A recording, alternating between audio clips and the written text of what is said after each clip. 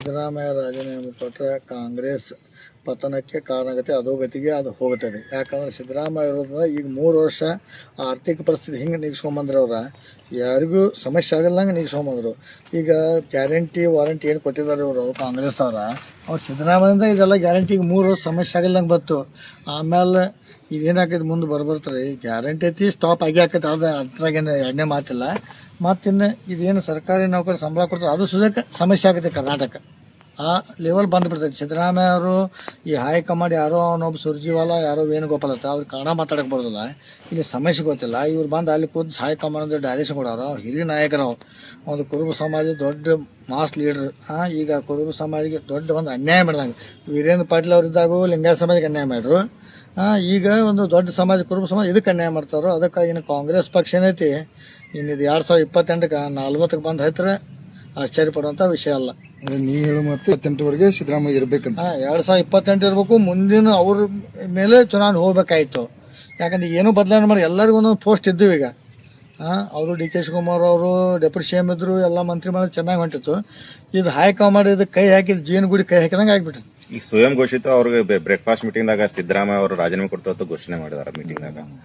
ಅದೇ ಅವ್ರು ಹೈಕಮಾಂಡ್ ಹೇಳಿದ್ರೆ ಸುರ್ಜಿವಾಲ ಏನೋ ದೊಡ್ಡ ಲೀಡರ್ ಅವ್ರು. ಪಾಪ ಅವ್ರಿಗೆ ಬೆಂಗಳೂರು ಬಿಟ್ಟರೆ ಬೇರೆ ಮುಂದಿನ ಊರಿಗೆ ಗೊತ್ತಿಲ್ಲ. ಅಂಥವ್ರ ಕಡೆ ಇವ್ರು ಸಿದ್ದರಾಮಯ್ಯ ಅವ್ರಿಗೆ ರಾಜೀನಾಮೆ ಕೊಡೋದು ಹೇಳ್ತಾರಂದ್ರೆ ಇದು ಒಂದು ಅಹಿಂದ ಸಮಾಜಕ್ಕೆ ದೊಡ್ಡ ಅನ್ಯಾಯ ಆದಂಗಿದೆ. ಈಗ ಅಹಿಂದ ಸಮಾಜವ್ರು ಏನಂತಂದ್ರೆ ಅಹಿಂದ ಸಮಾಜ ತುಳಿಯುವಂತ ಷಡ್ಯಂತ್ರ ನಡೀತಾ ಇದೆ. ತುಳ್ದ ಬಿಟ್ರು ಹೈಕಮಾಂಡ್ದವರು. ಪಾಪ ಅವರು ಸುರ್ಜಿವಾಲ ವೇಣುಗೋಪಾಲ್ ಅವರು ತುಳ್ದ ಬಿಟ್ರು. ಯಾಕಂದ್ರೆ ಅವರು ವೇಣುಗೋಪಾಲ್ ಅಲ್ಲಿ ಕೇಳಕ್ಕೆ ಸಿ ಎಮ್ ಆಗ್ಲತ್ತೇಳಿ ಪಾಪ ಇಲ್ಲಿ ಅವ್ರಿಗೆ ಬೇಜಾರಾಗಿತ್ತು ಅಂತ ಇಲ್ಲಿ ಬಂದು ಇದನ್ನೆಲ್ಲ ಕರ್ನಾಟಕ ಕೆಡಿಸಿ ಸತ್ಯಾನಾಶ ಮಾಡಿ ಹೋಗ್ಬಿಟ್ರು. ಈಗ ಸಿದ್ದರಾಮಯ್ಯ ಅವರು ಕುರುಬ ಸಮಾಜ ಆಯ್ತು ಅಹಿಂದ ಸಮಾಜ ಆಯ್ತು ಇದನ್ನು ಈಗೇನು ಕಣ್ಣೀರು ಹಾಕ್ಸತ್ತಾರೋ ಈ ಕಣ್ಣೀರು ಏನೈತೆ ಆಮೇಲೆ ಜ್ವಾಲಾಮುಖಿಯಾಗಿ 2028ಕ್ಕೆ ಸ್ಫೋಟ ಆಗುತ್ತೆ.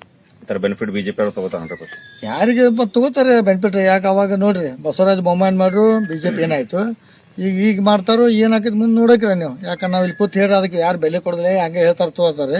ಅದು 2028ಕ್ಕೆ ಗೊತ್ತಾಗತ್ತೆ. ಯಾಕೆ ಈ ಬಾಗಲಕೋಟೆ ಎಲೆಕ್ಷನ್ ಆಯ್ತು, ನಮ್ಮ ದಾವಣಗೆರೆ ಎಲೆಕ್ಷನ್ ಆಯ್ತು, ಅಹಿಂದ ಮತಗಳು ಕೈ ಹಿಡಿದು ಅವಾಗ ಎಲ್ಲ ಏನು ಭಾಳ ಚೆನ್ನಾಗಿ ಕ್ಯಾನ್ವಾಸ್ಗೆ ಹೋದ್ರಲ್ಲಿ ಹೇಳಿ ಎಲ್ಲರೂ ಕೈ ಕೊಟ್ಟರು.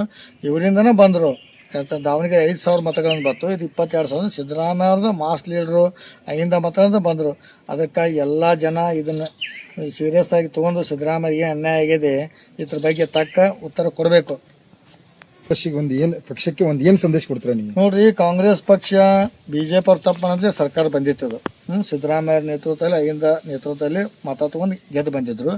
ಈಗ ಇವ್ರು ಅಹಿಂದಕ್ಕೇ ಮೋಸ ಮಾಡ್ರು ಮತ್ತು ಸಿದ್ದರಾಮಯ್ಯ ಮೋಸ ಮಾಡ್ರು. ಅದಕ್ಕಿಂತ ಮುಂದಿನ ದಿನದಲ್ಲಿ ಕಾಂಗ್ರೆಸ್ ಪಕ್ಷ 2028ಕ್ಕೆ 40ಕ್ಕೆ ಬಂದು ಹತ್ತದೆ. ಅಧ್ಯಕ್ಷ ಸತೀಶ್ ಜಾರಕಿಹೊಳಿ ಅವ್ರು ನಿಭಾಯಿಸ್ತಾರಲ್ಲ, ಅದ್ರ ಬಗ್ಗೆ ನಮಗೇನೇನು ಮಾಹಿತಿ ಇಲ್ಲ. ಇನ್ನು ಮಂತ್ರಿಮಂಡಲ ಏನು ಮಾಡ್ತಾರೋ ವಿಸರ್ಜನೆ ಮಾಡಿದ್ರೆ ನಮಗೇನದು ಅದ್ರ ಬಗ್ಗೆ ಮಾಹಿತಿ ಇಲ್ಲ. ಅದು ಮುಂದೆ ಏನಾಗ್ತದೆ ನೋಡ್ಬೇಕ್ರಿ. ಅದು ಕಾಂಗ್ರೆಸ್ ಪಕ್ಷ ಯಾರು ಯಾವಾಗ ಏನು ಅಲ್ಲಿಂದ ಟಪಾಲ್ದಾಗ ಬರ್ತೈತಿ ಯಾರು ಮಾಡ್ತಾರೆ ಹೇಳಕ್ ಬರೋದಿಲ್ಲ ಅವ್ರು.